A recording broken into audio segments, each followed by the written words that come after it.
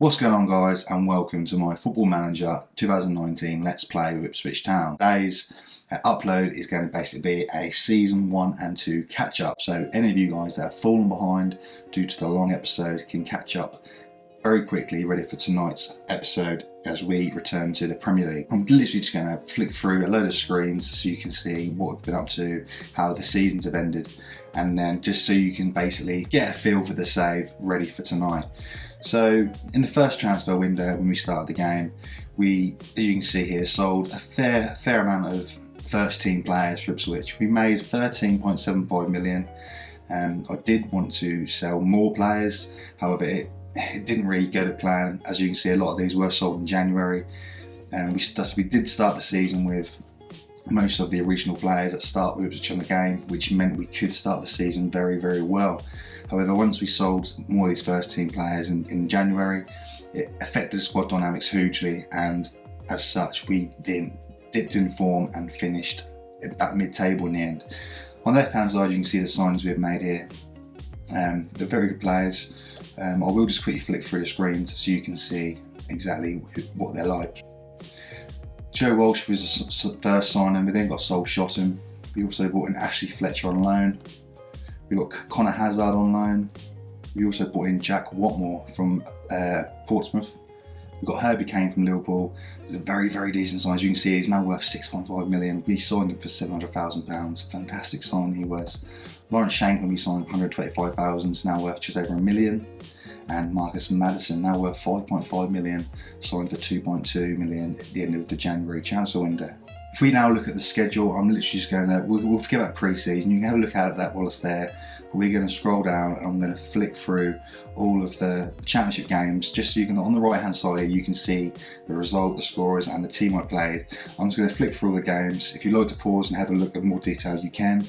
And my voice is going to be going away for this. We've got the background music playing, so I hope you enjoy the music and I hope you enjoy what you see. Cheers, guys.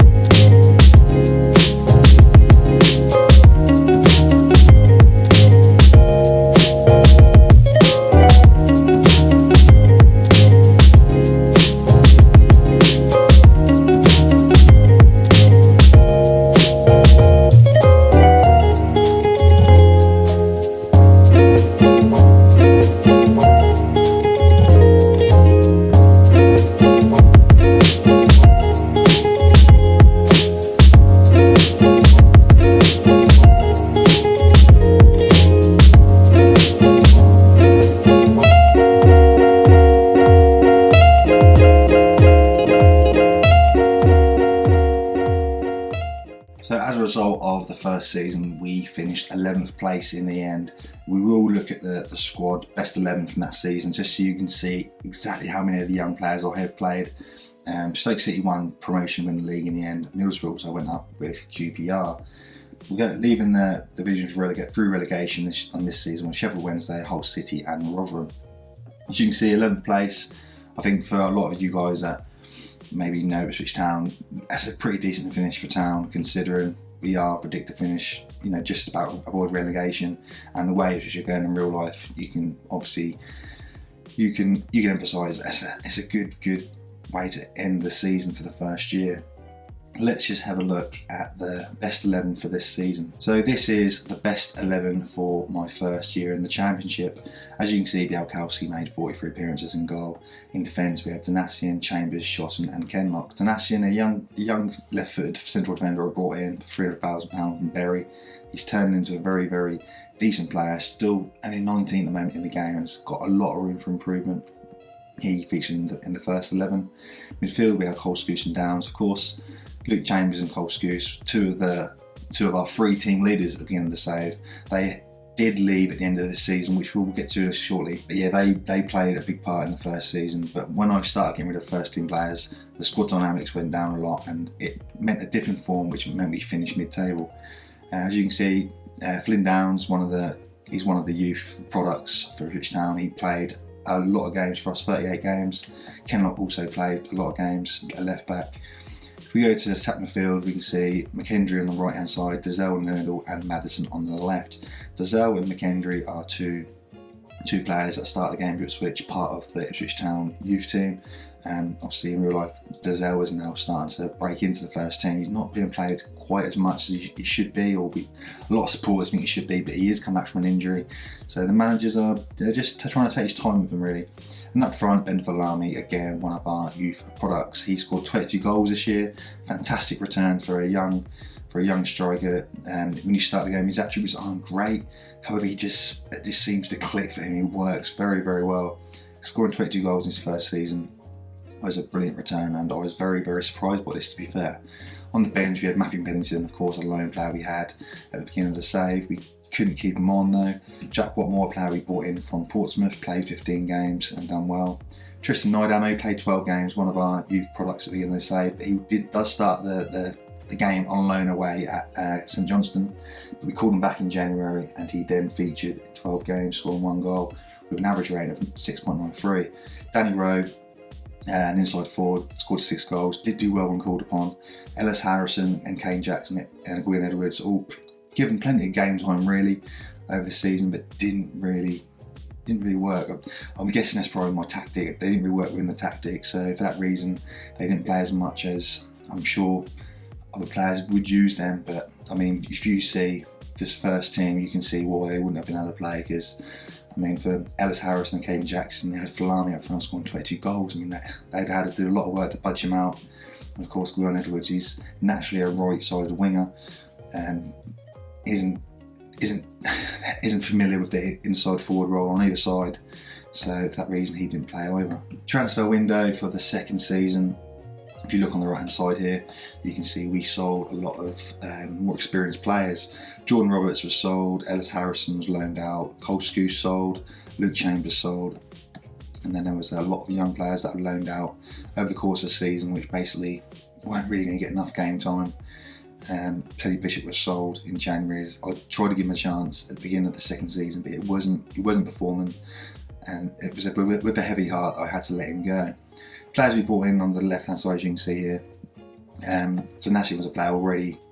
The transfer was already completed, so he was coming in regardless. We brought in Zalalem his contract was coming to an end. We signed him pre-contract, but we completed the transfer as soon as we could. And that cost us £55,000. Connor Hazard coming on a free transfer, of course, spent the year on loan last year. Ricardo Bagadur, free transfer. Pedro Empus for free. Fonseca on loan. Mitch Clark on loan, who comes in as a backup. Loureiro bought in for £900,000. Very, very decent centre back. Right third. Huge potential. Hope he's going to be part of our future.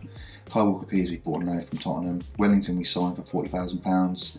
And also Marcus Brown we bought on loan from West Ham. Again, we would just do the same for the second season. I'll keep the pre-season here just so you can have a little look. We're going to scroll down to the start of the Championship, and I'm just going to do the same again. I'm going to flick through all the games. If you'd like to pause and have look at more detail, then please do so.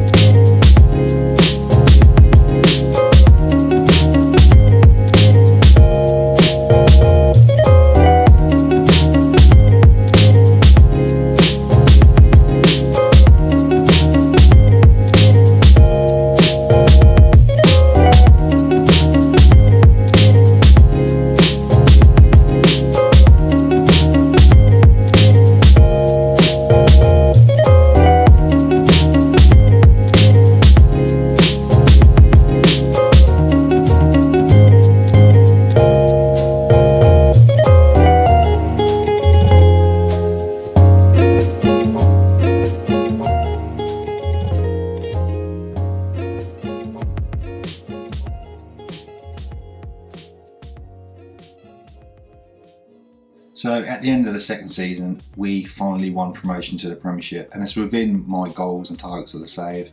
Beginning the save, I said I want to concentrate predominantly on youth players and make my team homegrown, because the big goal here is to be winning the Premiership and the Champions League with a fully homegrown to the club squad. So it's going to be a long-term save. As you can see, we finished third place and we did end up winning in the playoffs to get promotion with Norwich, who won the league, and Cardiff City. If we take a look at the best 11 for this season, you can see again Białkowski is in goal. In the back four we have Walker-Peters, Shotton, Watmore and Empus. Shotton played a few more games this year than last year and he has improved very, very well. Walker-Peters played a massive part and was a key figure, and is someone we hope to keep on next season. I don't think through a permanent transfer, through hopefully another loan deal. Peter Empus done very well coming in on his first season on a free transfer and looked like a very good signing. Flynn Downs kept his place in the best 11 for the second season, playing 44 games, scoring 2 goals. He's not really someone that's going to get a lot of goals or a lot of assists, but he's that man who sits back and picks up all the scraps and helps build the play. Herbie Kane also featured predominantly this year. Had a really good season, scoring 5 goals as the box-to-box midfielder, and he's improving very well. Tap midfield again, Marcus Maddison makes the best 11, scoring 9 goals this year, so that's a big improvement on last season. Marcus Brown, of course, a loan signing we brought in, done well when featured. Wellington was in the first team, also Ben Falami was there again with 37 goals this year, an improvement on last year, and Ben Falami is looking like one for the future for sure. On the bench, Shankland, Loureiro, Kenlock, Dazelle, McKendry, Zalam and Nydam. So given the idea of this save, we want to be using our youth players. If we go through the best 11 here, you can see that Shotton, Downs and Falami in the first team are part of our homegrown players that have been featuring a lot. On the bench we've got Loureiro, who will, once he's been here 3 years, he will be part of the homegrown. Kenlock, Dazelle and McKendry and Nydam also part of the homegrown players at the club. So to win promotion in the second season, I'm very happy with, especially considering we're playing a lot of the young players. And I mean, next season in the Premiership is going to be a big ask. We're going to need a little bit of bolstering, but I think we'll be able to do it. So overall, from the first 2 seasons, this is the best 11. Białkowski featured 96 times, a huge amount of games. Walker-Peters, Shotton, Watmore and Empus in the back. Herbie Kane and Nydam featuring midfield, which is bizarre when you consider that Downs was in the first team for both the first 2 seasons. So why Nydam's suddenly gone ahead, I guess it's just due to the average rating, but it's bizarre because Downs played 82 games. Tap midfield, McKendry, Dazelle and Wellington. McKendry's done very well. His attributes haven't improved as much as I would have liked. However, he has done well when played. Dazelle is similar. His attributes haven't quite improved as much as I would have liked. His determination is very low, so that will be a reason for that. Ben Falami, 59 goals in 88 games in 2 seasons. What a start he's had, and hopefully he can continue that in the Premiership this season. We finished with 2.7 million overall balance, with a projection of 58.88 million at the end of the season coming. Very good end of the season as far as finances go. I want to do this save where I am careful with the money and I want to build the infrastructure. If we click on club and then go history and landmarks and then go to facilities, you can see that we have upgraded the training and new facilities. It's just something that we pay close attention to. Flynn Downs was appointed as the captain with the departure of Chambers, and Ben Falami was appointed as voice captain with the departure of Cole Skuse. We've also now got a category 1 rating on the youth category, which is fantastic. So we want to keep improving all the training and the youth so we can further develop our youngsters. So that was it for today's little episode, just a little catch up. I'm trying to do it as quickly as I can, so I apologise for any hesitations during the speech. I don't really plan it, as I sort of just do it off the cuff, if you know what I mean. The next episode will be the season 3 preview, which will be coming, I'd like to think about mid-afternoon, about 2-3 o'clock in the afternoon, ready for tonight's episode, first episode back in the Premiership, which will be released at 6:30. I hope you enjoyed this little catch up. If you are interested in the save and you like what I'm doing, if you're doing something similar, let me know. Do leave a like, leave a comment, don't forget to subscribe. Thanks a lot guys, cheers, see you later.